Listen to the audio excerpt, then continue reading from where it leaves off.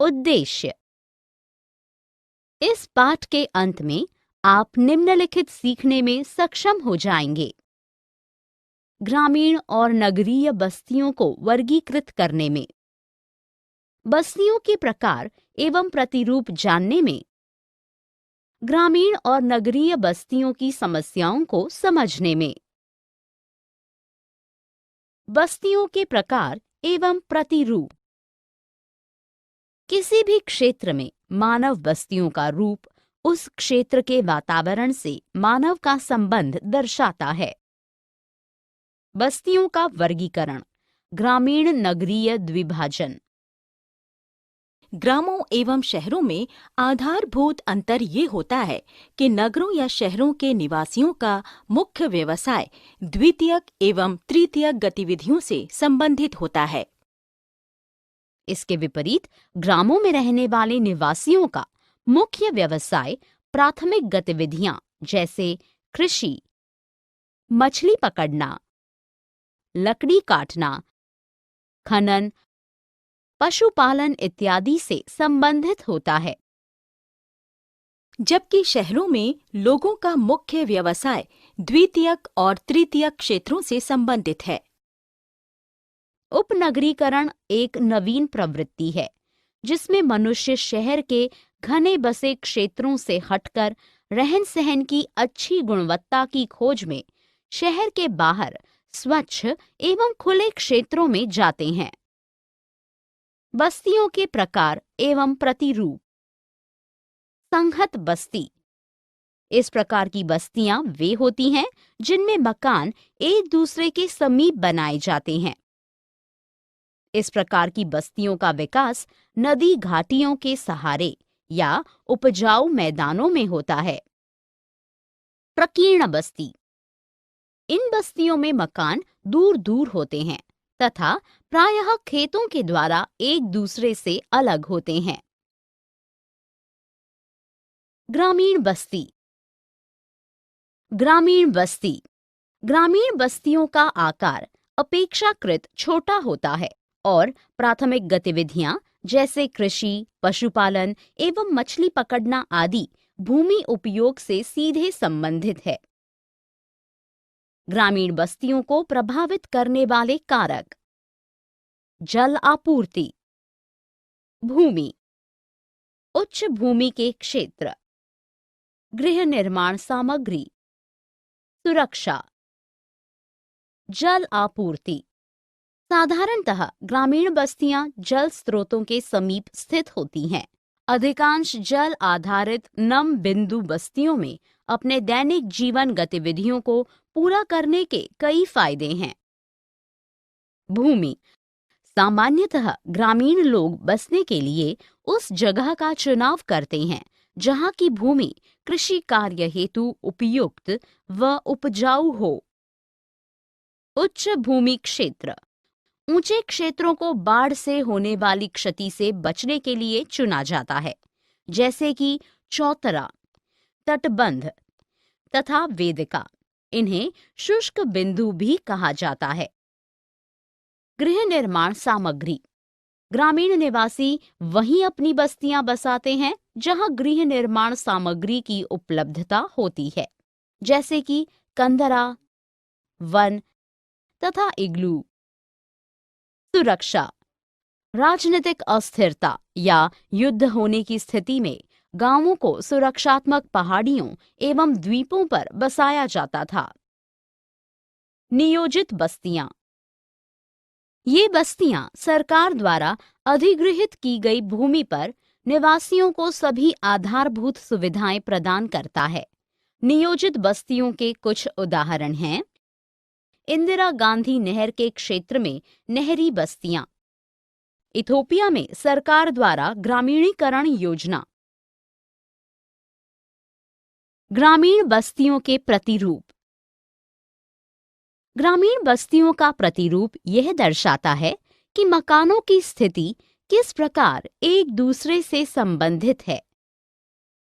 ग्रामीण बस्तियों के वर्गीकरण का मापदंड। विन्यास के आधार पर इनके मुख्य प्रकार हैं: मैदानी ग्राम, पठारी ग्राम, तटीय ग्राम, वन ग्राम एवं मरुस्थलीय ग्राम। कार्य के आधार पर इसमें कृषि ग्राम, मछुआरों के ग्राम, लकड़हारों के ग्राम, पशुपालक ग्राम आदि आते हैं। बस्तियों की आकृति के आधार पर इसमें कई प्रकार की आकृतियां हो सकती हैं। रैखिक प्रतिरूप, उस प्रकार की बस्तियों में मकान सड़कों, रेल लाइनों, नदियों, नहरों, घाटी के किनारे अथवा तटबंधों पर स्थित होते हैं। आयताकार प्रतिरूप, समतल क्षेत्रों अथवा चौड़ी अंतरा पर्वतीय घाटियों में पाया जाता है।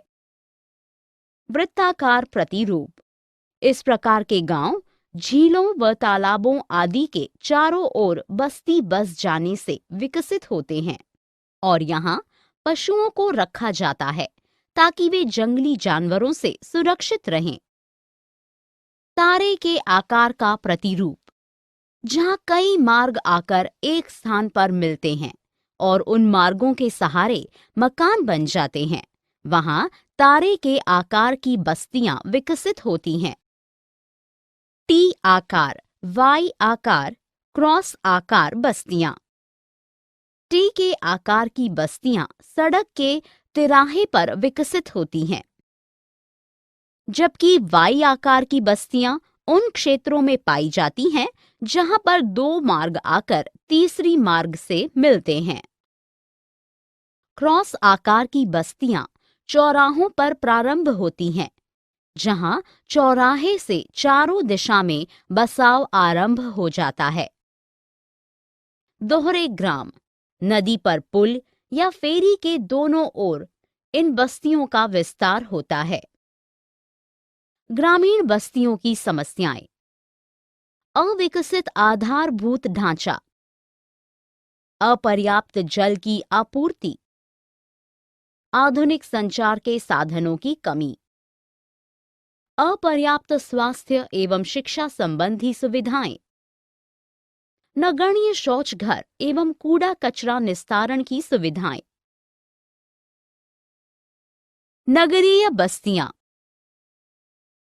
प्रथम नगरीय बस्ती लंदन नगर थी और वर्तमान समय में विश्व की 48% जनसंख्या नगरों में निवास करती है। नगरीय बस्तियों का वर्गीकरण। जनसंख्या का आकार, इसे आबादी में व्यक्तियों की वास्तविक संख्या के रूप में परिभाषित किया जाता है।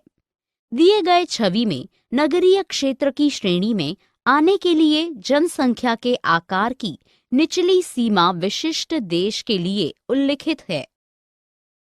भारत में जनसंख्या के आकार के अतिरिक्त जनसंख्या घनत्व अर्थात गैर कृषि भूमि के प्रति वर्ग किलोमीटर के आकार में रहने वाले व्यक्तियों की संख्या को भी ध्यान में रखा जाता है। व्यावसायिक संरचना।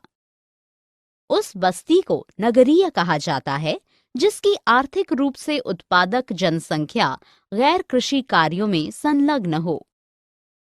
प्रशासन। इसमें नगरीय बस्ती में वर्गीकृत करने हेतु प्रशासनिक ढांचे को मापदंड माना जाता है, जैसे कि नगर पालिका, छावनी बोर्ड या अधिसूचित नगरीय क्षेत्र समिति। स्थिति। नगरीय केंद्रों की स्थिति उनके द्वारा संपन्न कार्यों के आधार पर देखी जाती है, जैसे कि सामरिक नगरों की स्थिति ऐसी जगह हो जहां इसे प्राकृतिक सुरक्षा मिले। खनिज नगरों के लिए क्षेत्र में आर्थिक दृष्टिकोण से उपयोगी खनिजों का पाया जाना आवश्यक है। औद्योगिक नगरों के लिए स्थानीय शक्ति के साधन एवं कच्चा माल। पर्यटन केंद्र के लिए आकर्षक दृश्य या सामुद्रिक तट, औषधीय जल वाला झरना या कोई ऐतिहासिक अवशेष। पत्तन के लिए पोताश्रय का होना इत्यादि। नगरीय क्षेत्रों के कार्य। मनोरंजनात्मक, आवासीय, यातायात, खनन, निर्माण, सूचना प्रौद्योगिकी। शहरों व नगरों का वर्गीकरण। प्रशासनिक नगर, जहां राष्ट्रों की राजधानियां स्थित होती हैं। व्यापारिक एवं व्यावसायिक नगर, नगर जैसे कृषि बाजार, कस्बे, बैंकिंग एवं वित्तीय कार्य करने वाले नगर। विशाल अंतर्देशीय केंद्र, परिवहन के केंद्र। सांस्कृतिक नगर, धार्मिक महत्व के नगर और तीर्थ स्थान। आकृति के आधार पर नगरों का वर्गीकरण। एक नगरीय बस्ती रेखीय, वर्गाकार, तारा के आकार या अर्धचंद्राकार हो सकती है। अदीस अबाबा, नवीन पुष्प। अदीस का अर्थ है नया और अबाबा का अर्थ है पुष्प। यह इथोपिया की राजधानी का नाम है और यह एक पर्वतीय घाटी स्थलाकृति पर स्थित एक नया शहर है। इस शहर में आकर्षक वास्तुकला है। कैनबेरा, अमेरिकन वास्तुविद वॉल्टर बर्ली ग्रिफिन ने 1912 में ऑस्ट्रेलिया के राजधानी की योजना बनाई थी। मेगा सिटी का वितरण। मेगा सिटी शब्द उन नगरों के लिए प्रयुक्त है जिनकी जनसंख्या मुख्य नगर व उपनगरों को मिलाकर 1 करोड़ से अधिक हो। दी गई तालिका में विश्व के मेगा सिटी के बारे में सूचना है। विकासशील देशों में मानव बस्तियों की समस्याएं। विकासशील देशों में बस्तियों से संबंधित कई प्रकार की समस्याएं हैं और इनमें से कुछ तालिका में दी गई है। नगरीय बस्तियों की समस्याएं। आर्थिक समस्याएं। 1. रोजगार के घटते अवसर। 2. अकुशल एवं अर्धकुशल श्रमिकों की संख्या में वृद्धि। 3. संतृप्त रोजगार के अवसर। सामाजिक सांस्कृतिक समस्याएं। 1. अपर्याप्त स्वास्थ्य एवं शिक्षा संबंधी सुविधाएं। 2. संचार के साधनों की कमी। 3. लिंग अनुपात असंतुलन। 4. सामाजिक बुराइयां। 5. अपर्याप्त वित्तीय संसाधन। 6. अपर्याप्त अवरचनागत आवश्यकताएं। पर्यावरण संबंधी समस्याएं। 1. पीने योग्य पानी की उपलब्धता सुनिश्चित करने में कठिनाई। 2. अनुपयुक्त मल निस्तारण व्यवस्था। 3. वायु प्रदूषण। नगरीय बस्तियों के प्रकार। नगरीय बस्तियों को उनके आकार एवं उपलब्ध सुविधाओं के आधार पर विभाजित किया जा सकता है। 5 प्रकार के नगरीय बस्तियां हैं। नगर, शहर, मिलियन सिटी, सन्नगर, विश्वनगरी, मेगापोलिस। नगर। एक नगर में कई सड़कें और इमारतें होती हैं जहां लोग रहते हैं और काम करते हैं। नगर ग्रामों से बड़े और शहरों से छोटे होते हैं। शहर।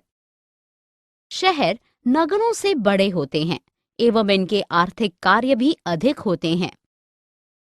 यहाँ पर प्रमुख वित्तीय संस्थान, प्रादेशिक प्रशासकीय कार्यालय एवं यातायात के केंद्र होते हैं।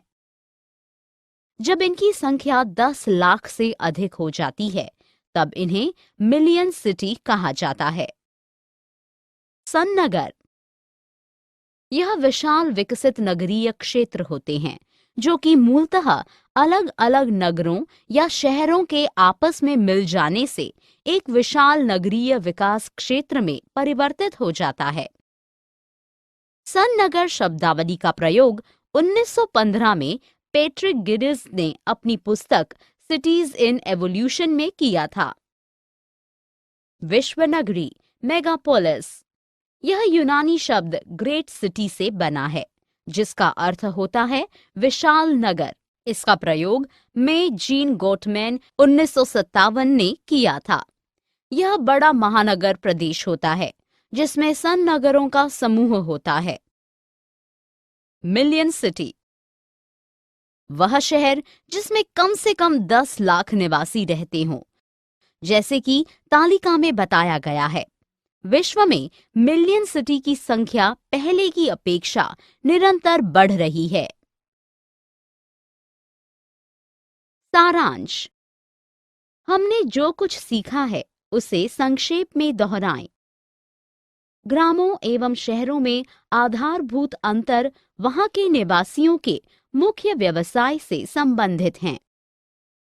उपनगरीकरण एक नवीन प्रवृत्ति है जिसमें मनुष्य शहर के घने बसे क्षेत्रों से हटकर रहन सहन की अच्छी गुणवत्ता की खोज में शहर के बाहर स्वच्छ एवं खुले क्षेत्रों में जा रहे हैं।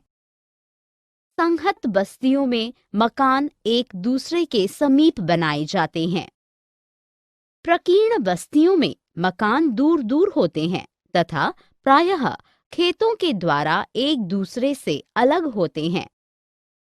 ग्रामीण बस्तियां छोटी होती हैं और व्यवसाय के प्राथमिक गतिविधियों से संबंधित होता है। ग्रामीण बस्तियों का प्रतिरूप यह दर्शाता है कि मकानों की स्थिति किस प्रकार एक दूसरे से संबंधित है। प्रथम नगरीय बस्ती लंदन नगर थी,